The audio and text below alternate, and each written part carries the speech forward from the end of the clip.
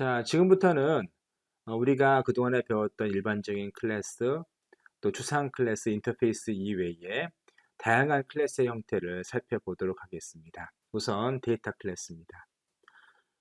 데이터 클래스는 여기 보시는 것처럼 데이터만을 전달하기 위한 클래스라 할 수 있겠습니다. 그래서 데이터 트랜스퍼 오브젝트라고 불리기도 하고요.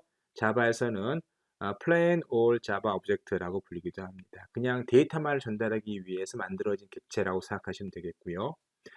순수한 데이터 객체로 표현됩니다. 그런데 데이터 접근을 위해서 게터나 세터는 포함되어야겠죠. 왜냐하면 아시는 것처럼 코틀린에서는 어떠한 프로퍼티를 우리가 만들어 놨다고 하면 자동으로 뭐가 생성이 되죠? 네, 맞습니다. 게터나 세터가 자동으로 만들어지죠. 특히 코틀린에서는 toString이나 equals와 같은 데이터를 표현하거나 또 비교하는 그런 메소드가 자동으로 만들어집니다. 자바에서는 그런 것들이 자동이지 않죠. 그래서 게터나 세터나 또 데이터의 표현, 비교 메소드들은 모두 만들어야 되지만 코틀린에서는 내부적으로 자동 생성됩니다. 그래서 코틀린에서는 DPO를 표현하기 위해서 주로 이렇게 데이터, 그리고 클래스, 요 키워드를 사용하는데요. 기본적으로 데이터가 만들어집니다. 그리고 이 데이터를 쓰거나 읽기 위한 게터가 뭐죠? 읽기 위한 것이죠. 세터는 쓰기 위한 것입니다. 게터와 세터가 만들어지고요. 그 이외에 비교를 위해서 equals라는 혹은 어떤 객체의 아이디를 만들어주기 위한 해시 코드, 자, 요 메소드 만들어지는 것이고요. 그래서 이것은 해시 아이디라고 생각하시면 되겠습니다. 그래서 객체 아이디라고 생각하시면 되겠고요. 해시 코드를 통해서 객체 아이디를 랜덤하게 만들어서 복원하고 있는 것이죠. 그리고 우리가 프린트문을 어떠한 객체를 프린트문에 넣었을 때 프린트문에서 잘 동작하도록 스트링을 바꿔주는 그러한 메소드가 존재를 하는 것이고요. 또 객체 내에 있는 것을 우리가 카피하기 위해서 카피라는 것, 또 프로퍼티를 우리가 여러 개의 프로퍼티가 있을 때 그걸 하나하나 꺼내보기 위해서 컴포넌트 1, 컴포넌트 2 등의 이러한 함수들이 있습니다. 뒤에서는 이것을 destructuring이라는 말을 가지고 사용할 겁니다. 그래서 만약에 여러 가지 프로퍼티가 있을 때, 여러 가지 데이터가 있을 때 그걸 하나하나씩 꺼내 볼 수 있잖아요. 또 그런 것들을 위해서 우리가 이렇게 컴포넌트 1, 컴포넌트 2 등의 함수를 사용하는데, 자, 이것들은 모두 자, automatically 만들어집니다. 자동으로 디폴트로 만들어집니다. 그래서 여러분께서 굳이 이런 것들을 만들지 않으셔도 된다는 것이죠. 자, 어떻게 만들어지는지를 보면 다음과 같이 만들어집니다. 그래서 데이터가 있고, 또 클래스가 있고, 또 클래스의 네임이 있고요. 여기 보시면 괄호 안에 자, 여기 bar라고 되어 있는 건 왜 그렇죠? 그렇죠. 이 클래스를 만들 때, 자, 이런 것들은 모두 클래스를 만들 때 들어와야 되는 아규먼트로 들어와야 되는 파라미터다라는 것이죠. 그래서 이것들이 우리가 전에 배웠던 것처럼 이것이 1차 컨스트럭터, 1차 컨스트럭터라고 불리는 것들이고요. 자, 주 생성자는 최소한 하나의 매개 변수를 가져야 합니다. 왜냐하면 이것은 기본적으로 데이터 클래스이기 때문에 적어도 하나의 데이터는 들어와야 한다는 것이고요. 또 모든 매개 변수는 var이나 var로 지정이 되어야 됩니다. 그리고 데이터 클래스는 abstract나 open이나 sealed나 inner 키워드와 같은 특수한 형태의 데이터가 클래스가 될 수 없다는 것이죠. abstract는 앞에서 배우셨고요. open도 마찬가지죠. 상속 가능한 것이지만 이 데이터 클래스는 상속이 되지 않는 것이죠.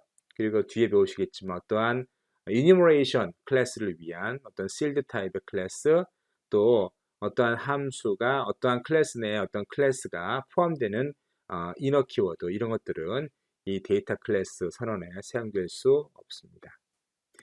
예를 보실까요? 이것이 지금 데이터 클래스인데요. 데이터 클래스는 부생성자나 init과 같은 간단한 로직은 집어넣을 수 있습니다. init은 언제 만들어지죠? 그렇죠. 이 클래스가 우리가 생성을 할 때 init이 자동으로 수행이 되는 것이죠. 또 컨스트럭터 같은 경우에는 지금 현재 1차 컨스트럭터를 상속받아서 어떻게 하고 있죠? 자, 1차 컨스트럭터에는 네임과 이메일이 있지만 2차 컨스트럭터에는 drop이 추가가 돼서 1차 컨스트럭터를 상속해서 2차 컨스트럭터가 만들어진 걸 보실 수 있습니다. 요 정도는 우리가 자, 데이터 클래스에서 만들어 놓을 수 있는 로직들이고요. 그 외로는 자, 이런 것들은 자동으로 만들어집니다. 어떤 것들인가요? equals, 이를테면 두 객체의 내용이 같은지 비교하는 연산이고요. 이것은 동일성을 증명하는 것이죠. 그래서 동일성을 증명하는, 그래서 안에 있는 컨텐츠가 같은지를 비교하게 됩니다. 자, 그리고 해시에게 고유한 아이디를 부여하기 위해서 해시 코드를 만드는 것이 만들어지는데요. 이것도 역시 자동으로 만들어지고요. 객체를 따로 우리가 카피할 필요가 있을 텐데, 자, 빌더 없이 프로퍼티 값만 변경해서 객체에 복사할 때 이 카피를 사용합니다. 그리고 toString은 객체에 있는 데이터 객체를 읽기 편하게 하기 위한 문자열로 변환하는 것이고요. 또 컴포넌트 같은 경우에는 객체의 선언부 구조를 분해하기 위해 사용된다고 하는데 뒤에서 자세히 살펴보시겠습니다. 간단히 말하면 우리가 여러 개의 프로퍼티가 있잖아요. 이런 것들을 하나하나 꺼내 보려고 할 때 컴포넌트 1번, 컴포넌트 2번, 그러니까 프로퍼티가 처음에 나오는 컴포넌트 1번이고요. 두 번째는 컴포넌트 2번, 컴포넌트 3번 해서 하나하나 꺼내 볼 수 있습니다. 그것이 바로 컴포넌트가 되는 것이죠. 이런 것들은 뒤에서 우리가 이런 것들은 기본적으로 데이터 클래스, 그러니까 데이터 클래스 X 이런 식으로 하면 기본적으로 자, 요 클래스 내에 있는 프로퍼티와 함께 만들어지는 것들입니다. 아시겠죠? 예를 좀 보실까요? 자, equal이나 해시 코드를 보시면 지금 두 개의 클래스가 커스터머라는 데이터 클래스에 의해서 만들어졌죠. 그래서 QS1, QS2가 있죠. 커스터머 1, 커스터머 2 같아요. 그래서 클래스, 데이터 클래스는 자, 이런 것이었죠. 보시면 name과 이메일이 들어있는 것인데 우리가 2차 컨스트럭터를 통해서 drop도 집어넣을 수 있습니다. 자, 그런데 여기 보시면 자, Sean과 Sean at email 그리고 Sean at email.com 자, 두 개를 우리가 자, cos1, cos2로 해서 만들었죠. 자, 이렇게 우리가 더블 이퀄을 사용해서 동등성을 비교하는데 이것은 우리가 이전에 배웠던 것처럼 바이너리 오퍼레이터가 자, 요 두 개를 비교하는 것이죠. 그리고 이것은 동등성 비교하게끔 자, 기본적으로 이것이 제공되었기 때문에 이렇게 동등성 비교 더블 이퀄을 해도 우리가 같은지 안 같은지를 판단해 볼 수 있고요. 그리고 똑같은 것으로서 아래에 똑같은 동등한 비교가 나오죠.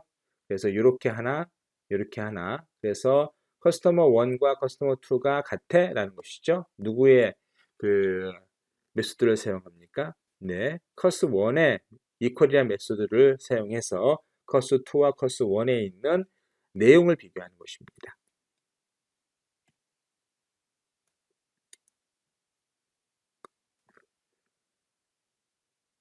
자, 그리고 세 번째를 보시면 지금 해시 코드가 나오죠. 해시 코드는 이 객체의 고유 아이디를 만들어 놓는 그러한 코드를 가리키는 겁니다. 그래서 여러분께서 찍어 보시면 특수한 뭐 16진수 같은 그러한 수가 나올 수 있습니다. 이것은 이 객체의 고유 값이라고 생각하시면 되는 것이고요.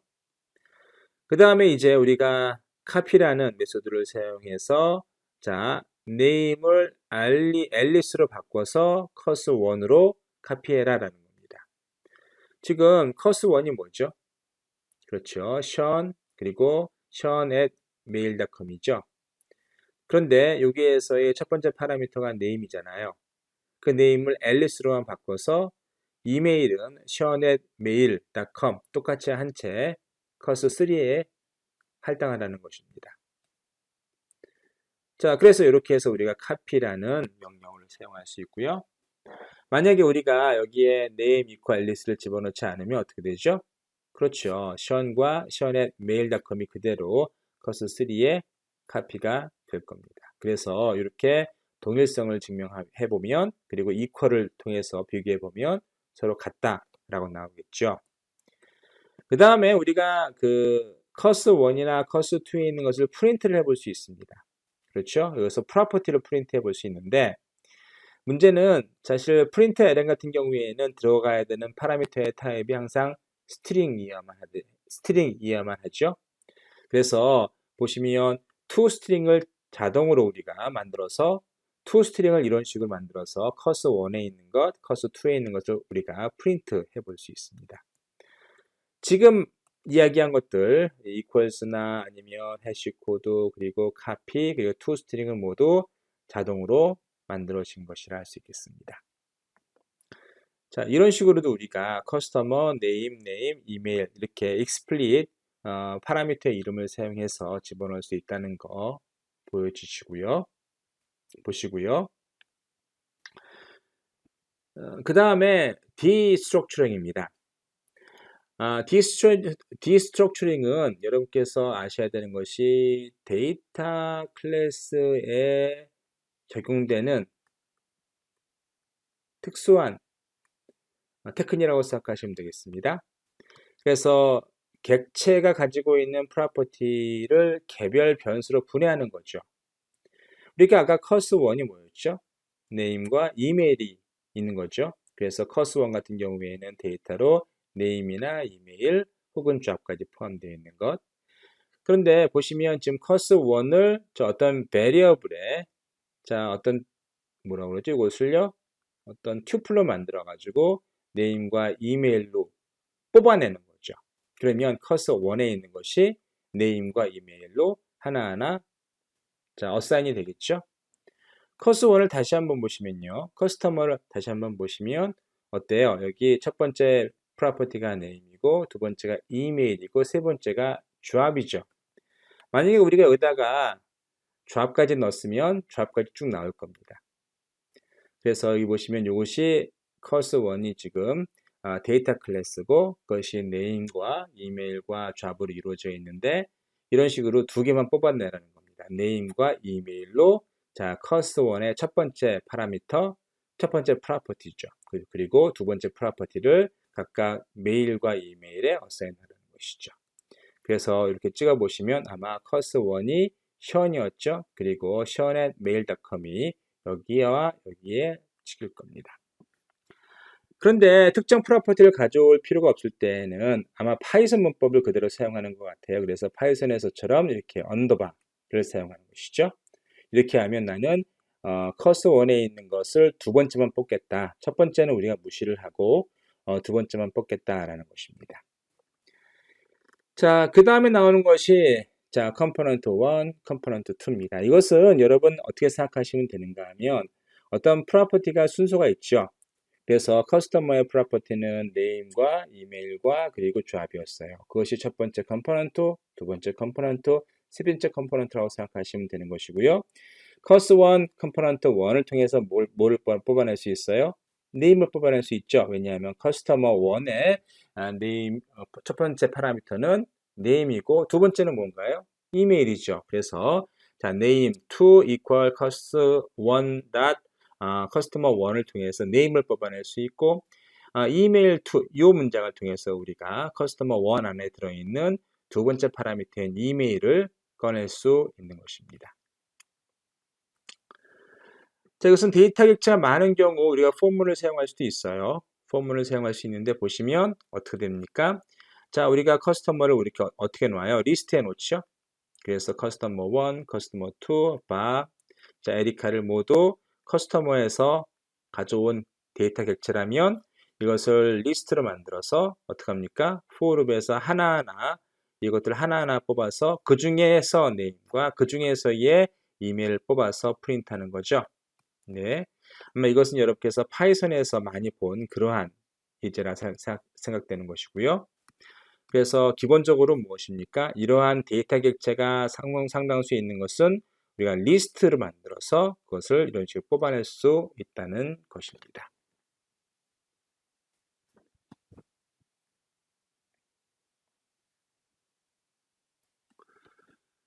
자, 이에 비슷하게 우리가 함수를 통해서도 우리가 디스트럭처링이 가능한데요. 여기서 보시면 지금 아래 거부터 보세요.